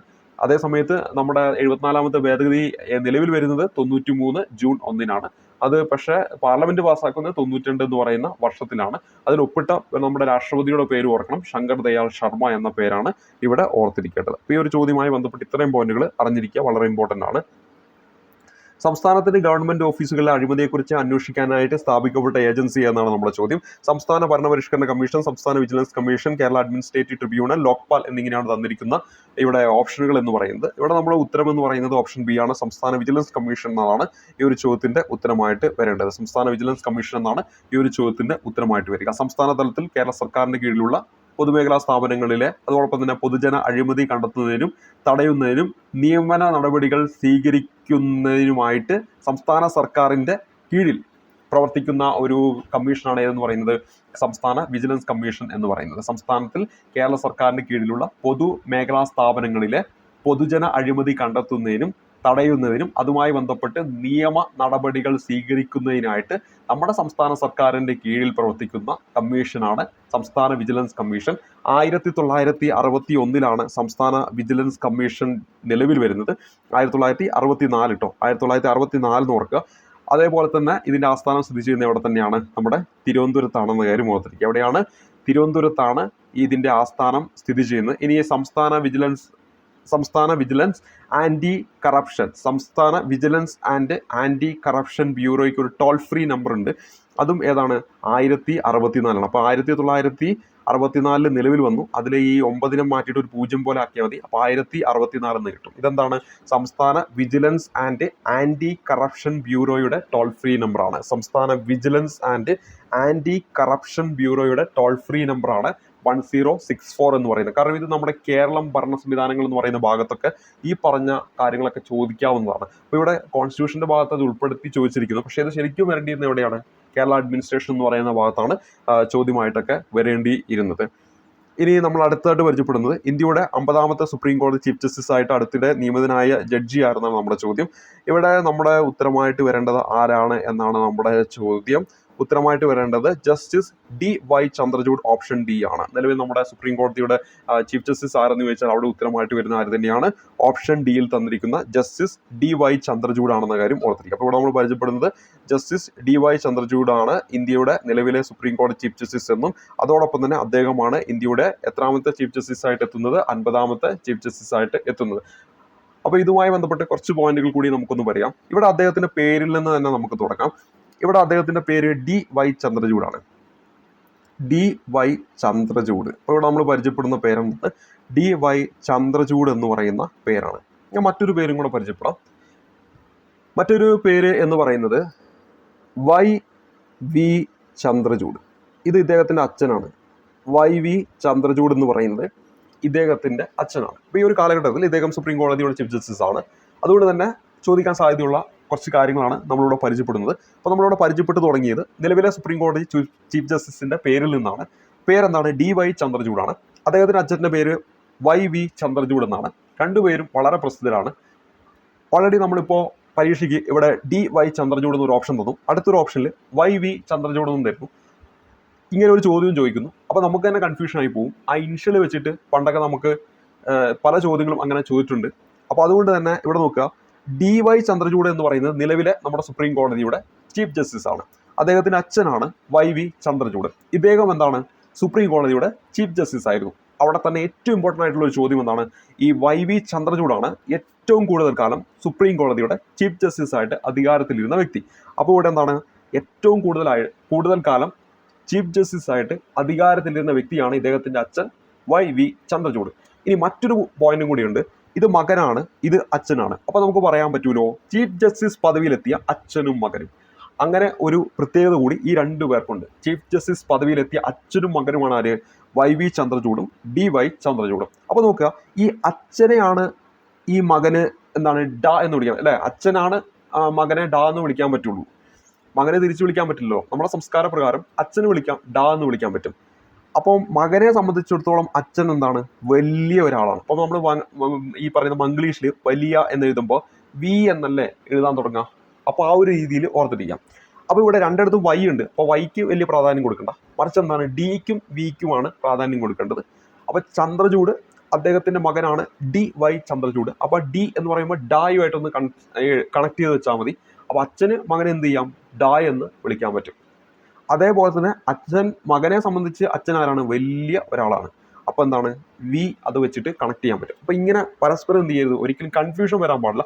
ഈ ഒരു ഓപ്ഷൻ പ്രകാരം കുഴപ്പമില്ല. പക്ഷേ വേറൊരു ഓപ്ഷനിൽ PSC ചോദ്യകർത്താവ് ചിലപ്പോൾ ഒന്നാമത്തെ ഓപ്ഷനിൽ എന്ത് കൊടുക്കും? YV ചന്ദ്രചൂഡ്. അടുത്ത ഓപ്ഷനിൽ എന്ത് കൊടുക്കും? DY ചന്ദ്രചൂഡ്. അപ്പോൾ നമുക്കൊരു കൺഫ്യൂഷൻ വരും. അത് ഒഴിവാക്കാൻ വേണ്ടിയിട്ടാണ് ഈ ഒരു രീതിയിൽ നമ്മൾ പറഞ്ഞത്. ഒപ്പം ഏറ്റവും ഇമ്പോർട്ടൻ്റ് ആയിട്ടുള്ള ഒരു പോയിന്റ്, ചീഫ് ജസ്റ്റിസ് പദവിയിലെത്തിയ അച്ഛനും മകനും ജസ്റ്റിസ് YV ചന്ദ്രചൂഡും ജസ്റ്റിസ് DY ചന്ദ്രചൂഡുമാണ്. അതേപോലെ തന്നെ നമ്മൾ പറഞ്ഞു ഏറ്റവും കൂടുതൽ കാലം സുപ്രീം കോടതി ചീഫ് ജസ്റ്റിസ് പദവിയിലുണ്ടായിരുന്ന ഇദ്ദേഹത്തിന്റെ അച്ഛനാണ്. അദ്ദേഹത്തിന്റെ പേരെന്താണ്? Justice YV ചന്ദ്രചൂഡാണ്. നിലവിൽ നമ്മുടെ ചീഫ് ജസ്റ്റിസ് ആരാണ്? DY ചന്ദ്രചൂഡാണ്. അദ്ദേഹം എത്രാമത്തെ ചീഫ് ജസ്റ്റിസ് ആണ്? 50ാമത്തെ ഈ ഒരു പദവിയിലെത്തുന്ന വ്യക്തിയാണെന്ന് ഈ കാര്യങ്ങളൊന്ന് ഓർത്തിരിക്കുക. അപ്പോൾ ഇവിടെ നമ്മൾ ഈ ഒരു ചോദ്യവുമായി ബന്ധപ്പെട്ട് ചോദിക്കാൻ സാധ്യതയുള്ള ഏറ്റവും പ്രധാനപ്പെട്ട ഒരു പോയിന്റാണ് നമ്മളിവിടെ ഒന്ന് പരിചയപ്പെടുത്തി തന്നത്. അതുപോലെ തന്നെ നമ്മുടെ സുപ്രീം കോടതിയുമായി ബന്ധപ്പെട്ട് ഇവിടെ ഞാൻ പറഞ്ഞു ഏറ്റവും കൂടുതൽ കാലം ഈ ഒരു സുപ്രീം കോടതി ചീഫ് ജസ്റ്റിസ് പദവിയിൽ ഉണ്ടായിരുന്ന വ്യക്തി ജസ്റ്റിസ് DY ചന്ദ്രചൂഡാണോ? അല്ല, ജസ്റ്റിസ് YV ചന്ദ്രചൂഡാണെന്ന കാര്യം ഓർത്തിരിക്കുക. അങ്ങനെയാണ് ഏറ്റവും കുറച്ച് കാലം ഈ ഒരു സുപ്രീം കോടതിയുടെ ചീഫ് ജസ്റ്റിസ് പദവിയിൽ ആരെങ്കിലും ഉണ്ടോ എന്ന് ചോദിച്ചാൽ ഉണ്ട്. അദ്ദേഹത്തിന്റെ പേരാണ് ജസ്റ്റിസ് കമൽ നരൈൻ സിംഗ് എന്ന കാര്യം ഓർക്കുക. കുറച്ചു കാലം, വെറും 17 ദിവസം മാത്രമാണ് അദ്ദേഹം ഈ പറയുന്ന ചീഫ് ജസ്റ്റിസ് ആയിട്ട് ഉണ്ടായിരുന്നത് സുപ്രീം കോടതിയുടെ. അദ്ദേഹത്തിന്റെ പേരെന്താണ്? ജസ്റ്റിസ് കമൽ നരൈൻ സിംഗ് ആണെന്ന കാര്യം ഓർത്തിരിക്കുക. കമൽ നരൈൻ സിംഗ് ആണെന്ന കാര്യം ഓർത്തിരിക്കുക. അപ്പോൾ ഏറ്റവും കൂടുതൽ കാലം ആരാണെന്ന് വെച്ചാൽ അവിടെ ഉത്തരമായിട്ട് വരേണ്ടത് YV ചന്ദ്രചൂഡാണ്. അതേ സമയത്ത് ഏറ്റവും കുറച്ചു കാലം 17 ദിവസം മാത്രം കമൽ നരൈൻ സിംഗ് ആണെന്ന കാര്യം ഓർത്തിരിക്കുക. ഇനി ഏതെങ്കിലും ഒരു മലയാളി ഈ സുപ്രീം കോടതിയുടെ ചീഫ് ജസ്റ്റിസ് പദവിയിൽ എത്തിയിട്ടുണ്ടോ? ഉണ്ടല്ലേ. ഏതാണ്? Justice KG Balakrishnan. എന്താണ്? Justice KG Balakrishnan. ആകെ ഒറ്റ ഒരു വ്യക്തിയെ ഈ പറയുന്ന സുപ്രീം കോടതിയുടെ ചീഫ് ജസ്റ്റിസ് പദവിയിൽ എത്തിയിട്ടുള്ള മലയാളിയായിട്ടുള്ളൂ. അദ്ദേഹത്തിന്റെ പേരാണ് ജസ്റ്റിസ് KG ബാലകൃഷ്ണൻ. ആരാണ്? Justice KG Balakrishnan. ഇദ്ദേഹം എത്രാമത്തെ ചീഫ് ജസ്റ്റിസ് ആയിരുന്നു? 37ാമത്തെ ചീഫ് ജസ്റ്റിസ് ആയിരുന്നു. അപ്പോൾ ജസ്റ്റിസ് KG ബാലകൃഷ്ണൻ 37ാമത്തെ നമ്മുടെ സുപ്രീം കോടതിയുടെ ചീഫ് ജസ്റ്റിസ് ആയിരുന്നു. അദ്ദേഹമാണ് ഒരു മലയാളിയായിട്ട് ഈ ഒരു പദവിയിലെത്തുന്ന ഏക വ്യക്തി, ആദ്യത്തെ വ്യക്തി, ഒപ്പം ആദ്യമായിട്ട് ഒരു ദളിത് വിഭാഗത്തിൽ നിന്ന് ഈ പറയുന്ന സുപ്രീം കോടതി ചീഫ് ജസ്റ്റിസ് പദവിയിലേക്ക് എത്തിയ വ്യക്തി ആരെന്ന് ചോദിച്ചാലും ഉത്തരമായിട്ട് വരേണ്ടത് ജസ്റ്റിസ് KG ബാലകൃഷ്ണൻ ആണെന്ന കാര്യം ഓർക്കുക. ആരാണ്? ജസ്റ്റിസ് KG ബാലകൃഷ്ണൻ ആണെന്ന കാര്യം ഓർത്തിരിക്കുക. അപ്പോൾ ഇവിടെ ദളിത് എന്ന് ഞാൻ പറഞ്ഞുകൊണ്ട് തന്നെ ആദ്യമായിട്ട് ഈ സുപ്രീം കോടതിയുടെ ചീഫ് ജസ്റ്റിസ് പദവിയിലെത്തിയ നമ്മുടെ മുസ്ലിം സമുദായത്തിൽ നിന്നുള്ള വ്യക്തി ആരെന്ന് വേണമെങ്കിൽ ചോദിക്കാം. ചീഫ് ജസ്റ്റിസ് ആയ മുസ്ലിം സമുദായത്തിൽപ്പെട്ട ആദ്യ വ്യക്തി ആരെന്ന് വെച്ചാൽ അത് മുഹമ്മദ് ഹിദായത്തുള്ളയാണ്. ജസ്റ്റിസ് മുഹമ്മദ് ഹിദായത്തുള്ളയാണെന്ന കാര്യം ഓർത്തിരിക്കാം. ജസ്റ്റിസ് മുഹമ്മദ് ഹിദായത്തുള്ള എന്ന പേരാണ് ഇവിടെ നമുക്ക് ഓർത്തിരിക്കേണ്ടത്. ജസ്റ്റിസ് മുഹമ്മദ് ഹിദായത്തുള്ള. ഇദ്ദേഹത്തിന്റെ മറ്റൊരു പ്രത്യേകത, ആക്ടിംഗ് പ്രസിഡന്റായ ഏക ചീഫ് ജസ്റ്റിസ് ആരെന്ന് ചോദിച്ചാലും ഉത്തരമായിട്ട് വരേണ്ടത് നമ്മുടെ ജസ്റ്റിസ് മുഹമ്മദ് ഹിദായത്തുള്ളയാണ്. ഇപ്പൊ നമ്മൾ എപ്പോഴും കേൾക്കാറുള്ള ഒരു സംഭവമാണ് പൊതു താല്പര്യ ഹർജി എന്നൊക്കെ കേൾക്കാറുണ്ട്. അപ്പൊ ഈ പൊതു താല്പര്യ ഹർജി ഇന്ത്യയിൽ കൊണ്ടുവന്ന ആരാണ്? പൊതു താല്പര്യ ഹർജി ഇന്ത്യയിൽ കൊണ്ടുവരുന്നത് ജസ്റ്റിസ് PN ഭഗവതിയാണ്. ജസ്റ്റിസ് PN ഭഗവതിയാണ് എന്ന കാര്യം ഓർത്തിരിക്കുക. ജസ്റ്റിസ് PN ഭഗവതി അദ്ദേഹമാണ് ഈ പൊതു താല്പര്യ ഹർജി ഇന്ത്യയിൽ കൊണ്ടുവരുന്നത് എന്ന കാര്യം ഓർത്തിരിക്കുക. അതേപോലെ തന്നെ നമ്മുടെ പരീക്ഷയിലൊക്കെ എപ്പോഴും ചോദിക്കാറുള്ള ഒരു പേരാണ് ഈ ഫാത്തിമ ബീവിയുമായി ബന്ധപ്പെട്ട് ഇനി പരീക്ഷയിലൊക്കെ ചിലപ്പോൾ ചോദ്യങ്ങൾ വരാം. അപ്പോൾ അവിടെ എന്താണ് സുപ്രീം കോടതി ജഡ്ജിയായ ആദ്യ വനിത? സുപ്രീം കോടതി ജഡ്ജിയായ ആദ്യ വനിത ആര് എന്ന് ചോദിച്ചാൽ എത്രയോ തവണ PSC ചോദ്യമായിട്ട് ചോദിക്കുന്നതാണ്.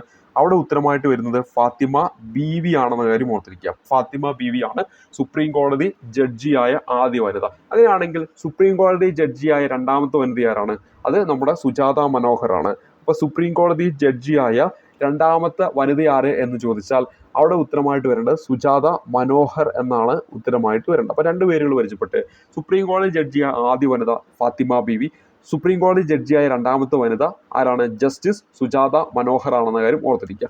അങ്ങനെയാണെങ്കിൽ ഇവിടെ ഞാനിപ്പോൾ ഫാത്തിമ ബീവിയുടെ പേര് പറഞ്ഞു, സുജാത മനോഹറിന്റെ പേര് പറഞ്ഞു, അതോടൊപ്പം തന്നെ സുപ്രീം കോടതിയുടെ ചീഫ് ജസ്റ്റിസ് പദവിയിൽ ഏറ്റവും കൂടുതൽ കാലം അധികാരത്തിലുണ്ടായിരുന്ന വ്യക്തി ആരാണ്? YV ചന്ദ്രചൂഡ് എന്ന് പറഞ്ഞു.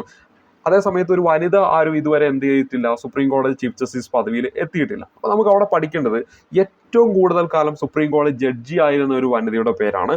അവരുടെ പേരാണ് റുമ പാൽ എന്ന കാര്യം ഓർത്തിരിക്കുക. അപ്പൊ ഏറ്റവും കൂടുതൽ കാലം സുപ്രീം കോടതി ജഡ്ജി ആയിരുന്ന വനിത ആരാണ്? റുമ പാൽ ആണെന്ന കാര്യം ഓർത്തിരിക്കുക. ആരാണ്? റുമ പാൽ ആണെന്ന കാര്യം ഓർത്തിരിക്കുക. അപ്പോൾ ഇവിടെ നമ്മൾ പരിചയപ്പെട്ടിരിക്കുന്ന പേരെന്താണ്? റുമ പാൽ എന്ന് പറയുന്ന പേരാണ് നമ്മളിവിടെ പരിചയപ്പെട്ടിരിക്കുന്നത്. എന്താണ് അവരുടെ പ്രത്യേകത? ഏറ്റവും കൂടുതൽ കാലം ഈ പറയുന്ന സുപ്രീം കോടതിയുടെ ജഡ്ജിയായ വനിതയാണ് ആരെന്ന് പറയുന്നത്? റുമ പാൽ എന്ന കാര്യം ഓർത്തിരിക്കുക. അപ്പോൾ പരിചയപ്പെട്ടിരിക്കുന്ന പേര് മറക്കരുത്. പരിചയപ്പെട്ടിരിക്കുന്ന പേര് റുമ പാൽ എന്ന് പറയുന്ന പേരാണ്. ഏറ്റവും കൂടുതൽ കാലം സുപ്രീം കോടതിയുടെ ജഡ്ജി ആയിരുന്ന വനിതയാണ് നമ്മളിവിടെ പരിചയപ്പെടുന്ന നമ്മുടെ റുമ പാൽ. അതേപോലെ തന്നെ ഫാത്തിമ ബീവിയുമായി ബന്ധപ്പെട്ട് ഞാൻ പരിചയപ്പെടുത്തി സുപ്രീം കോടതി ജഡ്ജിയായ ആദ്യ വനിത. അങ്ങനെയാണെങ്കിൽ നമ്മുടെ സുപ്രീം കോടതിയുടെ ചീഫ് ജസ്റ്റിസ് ആയ ആദ്യ മലയാളി ആയിരുന്നു ഞാൻ പഠിച്ചു. ആരാണ്? KG ബാലകൃഷ്ണനാണ്. 37ാമത് ആ ഒരു പദവിയിലെത്തിയ വ്യക്തി. എന്നാൽ മറ്റൊരു ചോദ്യം ചോദിക്കുകയാണ്, സുപ്രീം കോടതിയിൽ ജഡ്ജിയായ ആദ്യ മലയാളി ആരാണ്? സുപ്രീം കോടതി ചീഫ് ജസ്റ്റിസ് ആയ ആദ്യ മലയാളിയാണ് ഇവിടെ പരിചയപ്പെടുത്തിയ KG ബാലകൃഷ്ണൻ. എന്നാൽ സുപ്രീം കോടതിയുടെ ജഡ്ജിയായ മലയാളി ആരാണ് ആദ്യമായിട്ട്? അപ്പോൾ അവിടെ ഉത്തരമായിട്ട് വരേണ്ടത് ജസ്റ്റിസ് പാറക്കുളങ്ങര ഗോവിന്ദ മേനോനാണെന്ന കാര്യം ഓർത്തിരിക്കുക. അപ്പോൾ അവിടെ നമ്മുടെ ഉത്തരം എന്താണ്? ജസ്റ്റിസ് പാറക്കുളങ്ങര ഗോവിന്ദ മേനോനാണെന്ന കാര്യം ഓർത്തിരിക്കുക. ഗോവിന്ദ മേനോനാണെന്ന കാര്യം ഓർത്തിരിക്കണം. ഇതെന്താണ്? സുപ്രീം കോടതി ജഡ്ജിയായ ആദ്യ മലയാളിയാണ് ജസ്റ്റിസ് പാറക്കുളങ്ങര ഗോവിന്ദ മേനോൻ. ആദ്യ വനിത എന്ന് ചോദിച്ചാൽ സുപ്രീം കോടതി ജഡ്ജിയായ ആദ്യ വനിതയായിരുന്നു ചോദിച്ചാൽ ജസ്റ്റിസ് ഫാത്തിമ ബീവി. ആദ്യ മലയാളി വനിതയായിരുന്നു ചോദിച്ചാലും ജസ്റ്റിസ് ഫാത്തിമ ബീവി. പിന്നെ രണ്ടാമതാണ് നമ്മുടെ സുജാത മനോഹർ. ഏറ്റവും കൂടുതൽ കാലം റുമ പാൽ. ഇത്രയും കാര്യങ്ങൾ നമ്മൾ പരിചയപ്പെട്ടു. ഇനി നമ്മുടെ സുപ്രീം കോടതിയുടെ ആദ്യ ചീഫ് ജസ്റ്റിസ് ആരാ? 50ാമത്തെ ചീഫ് ജസ്റ്റിസിന്റെ പേര് നമ്മളിവിടെ പരിചയപ്പെട്ടു. ആരാണ് 50ാമത്തെ ചീഫ് ജസ്റ്റിസ്? YV ചന്ദ്രചൂഡ് അല്ലല്ലോ, DY ചന്ദ്രചൂഡാണ്. YV ചന്ദ്രചൂഡല്ല, DY ചന്ദ്രചൂഡാണെന്ന കാര്യം ഓർക്കുക. അപ്പോൾ ആദ്യത്തെ ആരാണ്? ജസ്റ്റിസ് ഹരിലാൽ J കനിയാണെന്ന കാര്യം ഓർത്തിരിക്കുക. അപ്പൊ ആദ്യത്തെ സുപ്രീം കോടതിയുടെ ചീഫ് ജസ്റ്റിസ് ആരെന്ന് ചോദിച്ചാൽ ഹരിലാൽ J കനിയയാണെന്ന കാര്യം ഓർത്തിരിക്കുക. അപ്പൊ ആദ്യത്തെ സുപ്രീം കോടതിയുടെ ചീഫ് ജസ്റ്റിസ് ആരാണ്? ഹരിലാൽ J കനിയാണ്. ഇദ്ദേഹമാണ് അധികാരത്തിലിരിക്കെ അന്തരിച്ച ആദ്യത്തെ സുപ്രീം കോടതി ചീഫ് ജസ്റ്റിസ് എന്ന് ചോദിച്ചാലും ഉത്തരമായിട്ട് വരേണ്ടത്. രണ്ടാമത്തെ ആരെന്ന് വെച്ചാൽ ജസ്റ്റിസ് പതഞ്ജലി ശാസ്ത്രിയാണ്. ജസ്റ്റിസ് പതഞ്ജലി ശാസ്ത്രിയാണ് രണ്ടാമത് ഈ സുപ്രീം കോടതിയുടെ ചീഫ് ജസ്റ്റിസ് പദവിയിലേക്ക് എത്തിയ വ്യക്തി. ഇദ്ദേഹത്തിന്റെ മറ്റൊരു പ്രത്യേകത നമ്മുടെ തെക്കേ ഇന്ത്യയിൽ നിന്നുള്ള ആദ്യ ചീഫ് ജസ്റ്റിസ് ആണ് ജസ്റ്റിസ് പതഞ്ജലി ശാസ്ത്രി എന്ന കാര്യം ഓർക്കാം. അപ്പോൾ ജസ്റ്റിസ് പതഞ്ജലി ശാസ്ത്രി രണ്ടാമത്തെ സുപ്രീം കോടതിയുടെ ചീഫ് ജസ്റ്റിസ് ആണ്. ഒപ്പം നമ്മുടെ തെക്കേ ഇന്ത്യയിൽ നിന്നുള്ള ആദ്യത്തെ ചീഫ് ജസ്റ്റിസ് കൂടിയാണ് നമ്മളിവിടെ പരിചയപ്പെട്ട ജസ്റ്റിസ് പതഞ്ജലി ശാസ്ത്രി. അതേപോലെ നമ്മുടെ കേരളത്തിൽ ഉണ്ടായിരുന്ന ഒരു ഗവർണറാണ് ജസ്റ്റിസ് പി സദാശിവം. അപ്പൊ ആ പേരിൽ നിന്ന് തന്നെ നമുക്ക് മനസ്സിലാക്കണം, ചീഫ് ജസ്റ്റിസ് ആയ ശേഷം നമ്മുടെ സുപ്രീം കോടതിയുടെ 40ാമത്തെ ചീഫ് ജസ്റ്റിസ് ആയിരുന്നു ജസ്റ്റിസ് പി സദാശിവം. അങ്ങനെ ഈ ഒരു ചീഫ് ജസ്റ്റിസ് പദവിയിൽ ഇരുന്നതിന് ശേഷം ഒരു ഇന്ത്യൻ സംസ്ഥാനത്ത് ഗവർണറായ ആദ്യ വ്യക്തിയാണ് നമ്മളിവിടെ പരിചയപ്പെട്ട പി സദാശിവം എന്ന പേരും കൂടി ഓർത്തിരിക്കുക. അതേപോലെ തന്നെ സുപ്രീം കോടതി ജഡ്ജി ആയ ശേഷം ലോകസഭാ സ്പീക്കറായ ആദ്യ വ്യക്തിയായിരുന്നു ചോദിച്ചാൽ അത് KS ഹെഗ്ഡെ ആണെന്ന കാര്യം ഓർക്കുക. അവിടെ നമ്മൾ ഓർത്തിരിക്കേണ്ട പേര് KS ഹെഗ്ഡെ എന്ന പേരാണ് ഓർക്കേണ്ടത്. KS ഹെഗ്ഡെ. ഇപ്പൊ ഇദ്ദേഹം സുപ്രീം കോടതിയുടെ ജഡ്ജി ആയിരുന്നു. സുപ്രീം കോടതി ചീഫ് ജസ്റ്റിസ് അല്ല, ജഡ്ജി ആയിരുന്നു. അങ്ങനെ ജഡ്ജി ആയതിനു ശേഷം ലോകസഭാ സ്പീക്കറായ വ്യക്തിയാണ് ആര്? ജസ്റ്റിസ് KS ഹെഗ്ഡെ എന്ന കാര്യം ഓർക്കുക. സദാശിവം എന്ന് പറയുന്നത് നമ്മുടെ സുപ്രീം കോടതി ചീഫ് ജസ്റ്റിസ് ആയിരുന്നു, 40ാമത്തെ ചീഫ് ജസ്റ്റിസ് ആയിരുന്നു. അദ്ദേഹം അതിനുശേഷം നമ്മുടെ കേരളത്തിന്റെ ഗവർണർ ആയിരുന്നു. അപ്പോൾ ഇത്രയും പോയിന്റുകൾ ഈ ഒരു ചോദ്യവുമായി ബന്ധപ്പെട്ട് ഒന്ന് പഠിച്ചു വെക്കുക. ഭരണഘടനയുമായി ബന്ധപ്പെട്ട് നമ്മൾ ഈ ഒരു ക്ലാസ്സിൽ കുറേ കാര്യം പഠിച്ചിട്ടുണ്ട്. ഇനി നമുക്ക് കുറേ ചോദ്യങ്ങൾ ഭരണഘടനയും ആക്റ്റും അതുപോലെ തന്നെ നമ്മുടെ കേരള ഗവർണൻസും ഒക്കെ ആയിട്ട് ബന്ധപ്പെട്ട് ഈ ഒരു ചോദ്യ പേപ്പറിൽ പഠിക്കാനായിട്ടുണ്ട്. അപ്പോൾ ഇന്ന് ഇത്രയും കാര്യങ്ങൾ നമുക്ക് പരിചയപ്പെടാം. കുറേ കാര്യങ്ങൾ പരിചയപ്പെടുത്തിയിട്ടുണ്ട്. അതിൽ ചോദ്യമായിട്ട് വരാൻ സാധ്യതയുള്ളതാണ്. നമ്മുടെ നിലവിലെ ചീഫ് ജസ്റ്റിസുമായി ബന്ധപ്പെട്ട് ചോദ്യം വരാം. അതിൽ സ്റ്റേറ്റ്മെന്റ് ആയിട്ട് ചോദിക്കാൻ സാധ്യതയുള്ളതാണ്. ചീഫ് ജസ്റ്റിസ് പദവിയിലെത്തിയ അച്ഛനും മകനും അവിടെ കൃത്യമായിട്ട് ആ പേരുകൾ പരസ്പരം മാറിപ്പോവാതെ പഠിച്ചു വെക്കുക. അപ്പോൾ അടുത്തൊരു ക്ലാസ് കാണുമ്പോഴേക്കും ഒരിക്കൽ കൂടി നന്ദി, നമസ്കാരം.